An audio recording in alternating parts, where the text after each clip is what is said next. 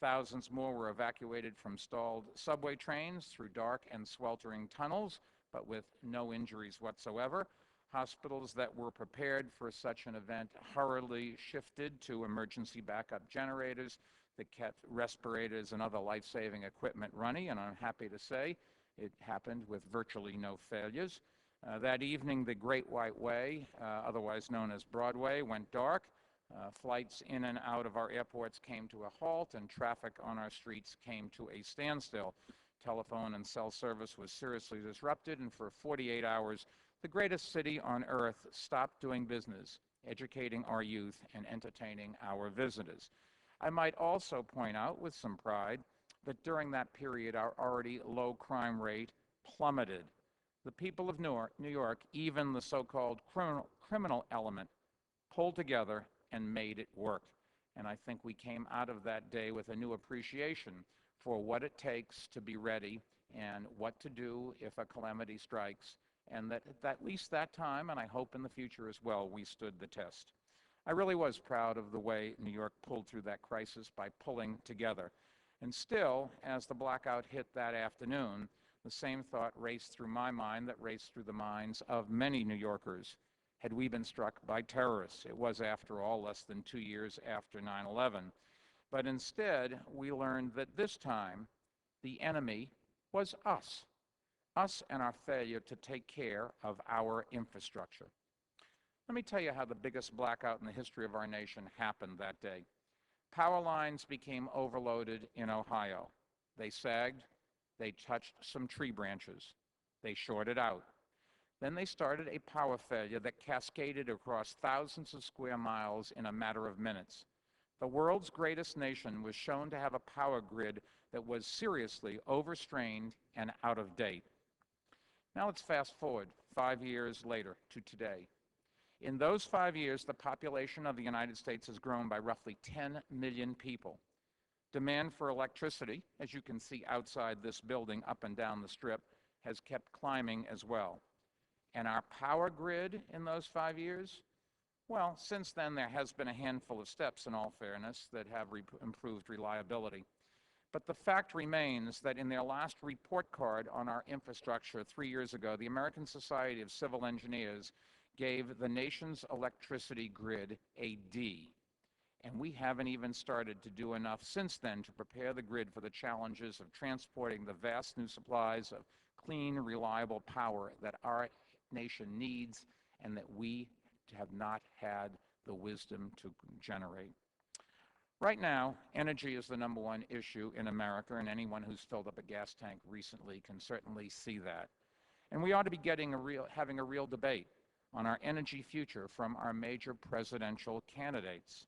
Instead, I think we all agree, sadly, they're treating us to a political silly season, one with candidates calling for opening up the nation's strategic oil reserve and the other for giving the federal gasoline tax the summer off. For shame, the best can be said about these ideas is that they're pandering. Far worse, you can applaud, it really is true. Far worse, they're distractions from the deadly serious business of creating a new national energy policy. Now, recently I had dinner with a UN ambassador from one of the Persian Gulf states who described in great detail the massive investments his nation is making in developing alternative energy sources so they won't be dependent on foreign oil when theirs run out. Think about it. What turned the world upside down? What did I miss here? We should be doing that too. We should be doing that here. Our government should be doing it, and our candidates should be talking about it. Not just clean energy planning and production, but also conservation, transmission, and every element of our energy needs. In other words, we need a unified vision of our energy future and how to implement it. Which, when, what, where. Which industries will win and which industries will lose? When, how, and who is going to pay for it? What we must give up to get it? Where? Whose backyard will provide the space and resources? Now, to some extent, in New York, we've tried to do what we can at a local level because, what I've said again and again, Congress and the White House together, both sides of the aisle, both ends of Pennsylvania Avenue, are not addressing a national issue, and it's been falling to state and city governments to do something. In New York City, we call our plan Plan YC, our green print, if you will, for the city's sustainable future. Because New York, like other nations, is filling that leadership vacuum on its own. And by the way, I'm talking about the real New York, not the one over the Strip with the fake skyline, the fake Statue of Liberty, and the fake Brooklyn Bridge. I think I even saw a fake naked cowboy out there, but I wasn't sure. In the real New York, we're keeping it real with a Plan YC that lays out a comprehensive energy policy to clean our city's air, green our environment, fuel our economy, and do our part to reduce dependence on foreign oil. Yeah, they're all goals we should have, folks. The first key element of that policy is energy conservation. You know, we don't generate a lot of energy in New York City, and we can't really have a big influence on coal versus nuclear versus natural gas versus oil, but we can work on using less. And in New York, we're determined to do what no other city has ever attempted, and that is to keep our energy usage at or near its current level, even as our population grows. And to help lead the way, and as an example to the private sector, and I hope to embarrass the federal government if that's possible, our administration has mapped out a plan to reduce our own energy consumption by city agencies by 30% by the year 2017. Now, 2017, if you do the math, isn't very many years from now. Most of us will be alive. Most of the people in Congress will still be in Congress. Unfortunately, sometimes Congress talks about some of these goals with a deadline of 2050. You just do the math and give me one person in Congress that you think is likely to still be serving in 2050. Going to be very hard to hold their feet to the fire with deadlines like that. We're doing it by investing heavily in making our schools, hospitals, and police and fire stations, all of our city facilities, more energy efficient. The same thing with our buses and garbage trucks and police cars and ambulances.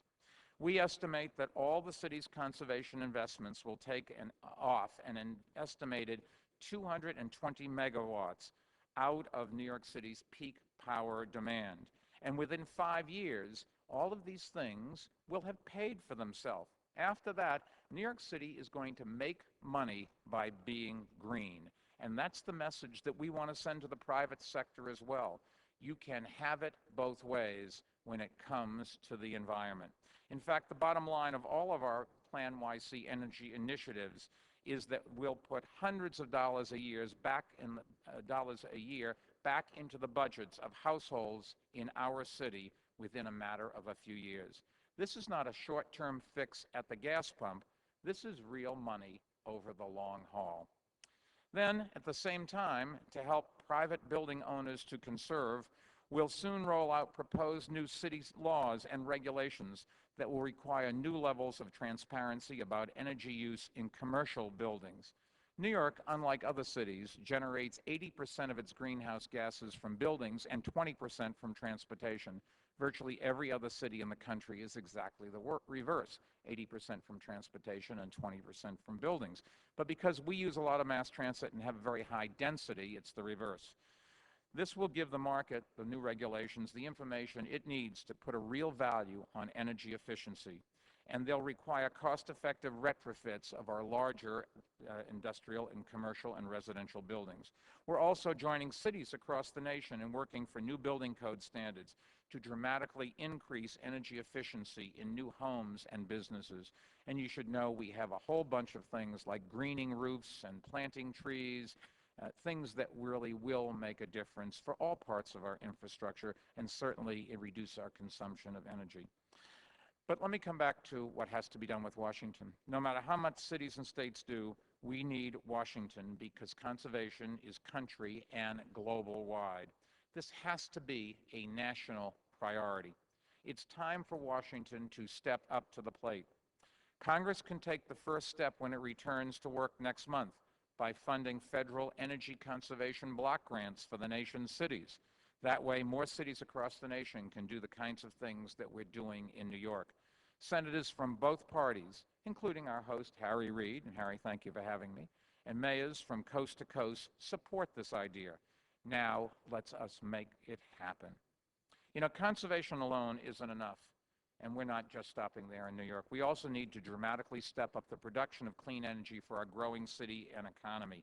For example, I believe that we've got to be willing to do what some other nations, such as France, have already done, and increase our capacity of safe and clean nuclear generating power. It is controversial, it isn't perfect, but if you have a bunch of alternatives, you have to pick from the best, and doing nothing waiting for the perfect is a sure prescription for disaster. We also have to accept that a lot of alternative power projects now on the drawing boards won't produce their first kilowatt of electricity for many years. We still can reach into our pockets now. And if we don't do that now and make the investments for the deliverables down the road, our children won't have the benefit of 15 years working on it in the future. Also, by building new plants using cleaner fuels and state-of-the-art technology, and by modernizing our existing power plants, some of which in New York do burn highly polluting oil, we can begin generating cleaner power right now. There's two parts to the problem. One is to reduce greenhouse gases so we don't ruin our planet. The second, even shorter term, and maybe brings a little more home to people, is we've got to stop polluting the air that you and me and our children are breathing today. By taking these steps, we think we can substantially improve energy efficiency, reduce pollution, and shrink output of greenhouse gases, and that's why they're big items in our 127 points of Plan YC. You may find it interesting that generating more renewable power is a real priority to us as well, and it's on its way. In June, we did win a big local legislative victory persuading our state government to let us grant property tax breaks that encourage private building owners to go solar. And the state also okayed a proposal we backed that will permit New Yorkers who generate their own solar power to sell what they don't use back to other power customers, a real economic incentive for renewable energy. By this time next year, we'll have more than doubled the amount of solar power produced in New York City by installing new solar panels at schools and other government buildings. You may not think of New York City as a place where the sun shines all the time. It doesn't, but it certainly shines enough to make a difference, and we're quickly becoming a national leader in co-generating power at major residential and commercial developments. But that's just the beginning. Today, we're taking a step that will really kick alternative energy production into high gear in the Big Apple, and I can guarantee you will get us headlines tomorrow in the New York papers. This is a request for expression of interest that's going out to firms with strong track records in producing renewable energy. We want their best ideas for creating both small and large-scale projects serving New Yorkers. Such projects, for example, might be designed to draw power from the tides of the Hudson and East Rivers, something we're already doing on a pilot basis. They might call for dramatically increasing rooftop solar power production, which we estimate could meet nearly 20% of the city's need for electricity. They could tap geothermal energy. In fact, some private homeowners have already started to drill their own heat wells. Or perhaps companies will want to put wind turbines atop bridges and skyscrapers, or use the enormous potential of powerful offshore winds miles out off the Atlantic coast, where turbines could generate roughly twice the energy that land-based wind farms can. Some evidence shows that wind farms located far off our shores could meet up to 10% of our city's electricity needs within a decade. More than 100 years ago, a new statue standing tall in New York Harbor gave our nation its greatest symbol of freedom. In this century, that freedom is being undermined by dependence on foreign oil. So I would think that it would be a thing of beauty if, when Lady Liberty looks out on the horizon, she not only welcomes new immigrants to our shores, but lights their way with a torch powered by an ocean wind farm. And right now, I can't tell you exactly what any of these projects might look like, but I can tell you this. In New York City, we just don't think of alternative power as something that we just import from other parts of the nation. America's energy efficiency and energy security are our business as well. So when it takes to producing clean power, we're determined to make New York the #1 city in the nation. And when it comes, yes, you can applaud, particularly if you're in New York City. When it comes to producing clean power, we can also make America the #1 nation in the world. Now, T. Boone Pickens spoke here earlier today. I had lunch with him afterwards, and I will say, I think he had it right. The Great Plains are the potential Saudi Arabia of wind power. Harry Reid has it right, too. If we stepped up production of solar power in the desert Southwest, it could go a long ways towards meeting the entire nation's demand for electricity. Now, we can make it happen if we get serious about research and development, and if we upgrade our power infrastructure. These are both big ifs, but realizing them both is within our reach. Now, when it comes to R&D, the first thing we can do is a no-brainer. Along with approving these energy conservation block grants that I talked about, Congress also needs to immediately extend renewable energy tax credits. That will incentivize alternative power projects and foster investment in renewable energy R&D. It's been estimated that this one action alone could spur $11 billion in investments and create 75,000 green-collar jobs. Then there's the proverbial elephant in the room, putting a price on carbon emissions. Our national fuel policy should be that energy that relies on heavily polluting fuels and outdated technology should be more expensive than clean and efficient power to reflect its true health and environmental costs. Such a policy would make alternative fuels more cost competitive, a major shot in the arm for their future and for ours. And any system that puts a price on carbon emissions should also fund R&D for clean power and energy efficiency. Now, some want a cap-and-trade system, which I have described as taking 3 right turns instead of 1 left one. I personally favor a carbon tax. Now, I know a lot of people don't like the word TAX, but it is the only thing that will work roughly corruption-free and get the job done that we need if we are going to save this planet. In all fairness, it's hard to see the courage we need to implement it. Nevertheless, we have to do something, and not just the usual cosmetic things. Finally, there's the issue that I started my remarks with. We need to upgrade our power transmission system, not just to ensure its reliability, but also to carry wind and solar power from here in the West to markets across the nation. Doing that won't be cheap, and it won't be easy. The Department of Energy estimates that generating 20% of the nation's electricity with wind power by the year 2030 would require investing $60 billion in our transmission infrastructure. Unfortunately, we're having to play catch-up, the result of an all-too-familiar pattern of neglect of our nation's vital infrastructure.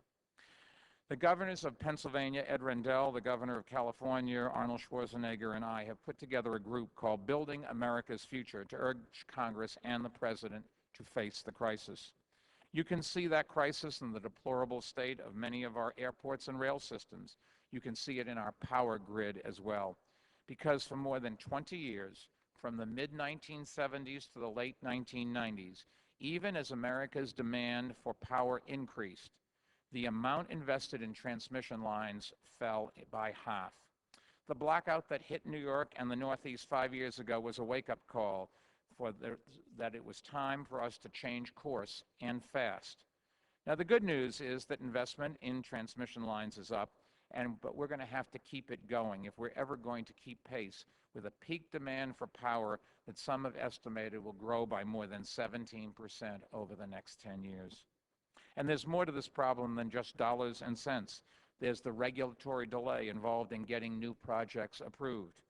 There are the perennial cries of "not in my backyard," which have stymied efforts to bring new power lines into New York City, which Governor Schwarzenegger is contending with in California, and which hold up transmission projects in every state in between. Now, I'm not saying that siting transmission lines is simple. I know that such projects have to be done right.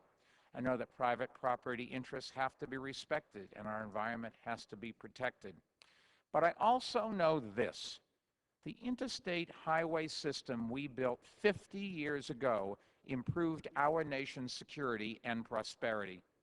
And today, a new power grid throughout the nation will do exactly the same thing for our next generations.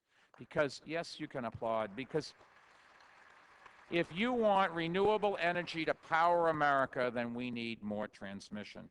Or if you want more nuclear energy, which I believe, as I've told you, and not popular necessarily in this room, if you believe our nation should have it, we need more transmission. If you want more plug-in hybrid cars, we need more transmission. If you want to stop poisoning the air with coal-burning power plants, we need more transmission. If, as T-Bone Pickens put it, you want to stop financing the war against ourselves, to quit putting money in the hands of people who, if they are not our enemies, may well not be our friends, then we need more transmission. If you want our nation to have energy efficiency and energy security, then guess what? We need more transmission. Now, you know, life is about choices. It's about setting priorities and solving problems. It's not about making the perfect the enemy of the good.